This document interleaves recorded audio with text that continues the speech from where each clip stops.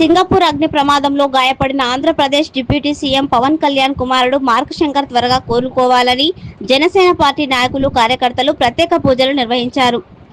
నారాయణపేట జిల్లా మక్తల్ మండల కేంద్రంలోని శ్రీ పడమటి ఆంజనేయ స్వామి దేవాలయంలో జనసేన పార్టీ నియోజకవర్గ ఇన్ఛార్జి డాక్టర్ మణికంఠ గౌడ్ ఆధ్వర్యంలో ఉదయం సింగపూర్లోని టొమాటో కుకింగ్ స్కూల్లో జరిగిన అగ్ని ప్రమాదంలో జనసేన పార్టీ అధినేత ఆంధ్రప్రదేశ్ డిప్యూటీ సీఎం పవన్ కళ్యాణ్ కుమారుడు మార్క్ శంకర్ కు చేతులకు కాళ్లకు గాయాలు, ఊపిరితిత్తుల్లోకి పొగ వెళ్లడంతో అస్వస్థతకు గురైనట్లు తెలియడంతో జనసేన పార్టీ నాయకులు కార్యకర్తలు తమ అధినేత కుమారుడు మార్క్ శంకర్ త్వరగా కోలుకోవాలని మార్క్ శంకర్ పేరుపై ఆలయంలో ప్రత్యేక పూజలు నిర్వహించారు. ఈ సందర్భంగా డాక్టర్ మణికంఠ గౌడ్ మాట్లాడుతూ మార్క్ శంకర్ త్వరగా కోలుకోవాలని శ్రీ పడమటి ఆంజనేయ స్వామి ఆశీస్సులు వారిపై ఉండాలని అన్నారు. ఈ కార్యక్రమంలో మోహన్, దండు గౌడిబాల్ రెడ్డి, గోవింద్, రవికుమార్ రెడ్డి, అశోక్ కుమార్ రెడ్డి, పరశురాం తదితరులు పాల్గొన్నారు.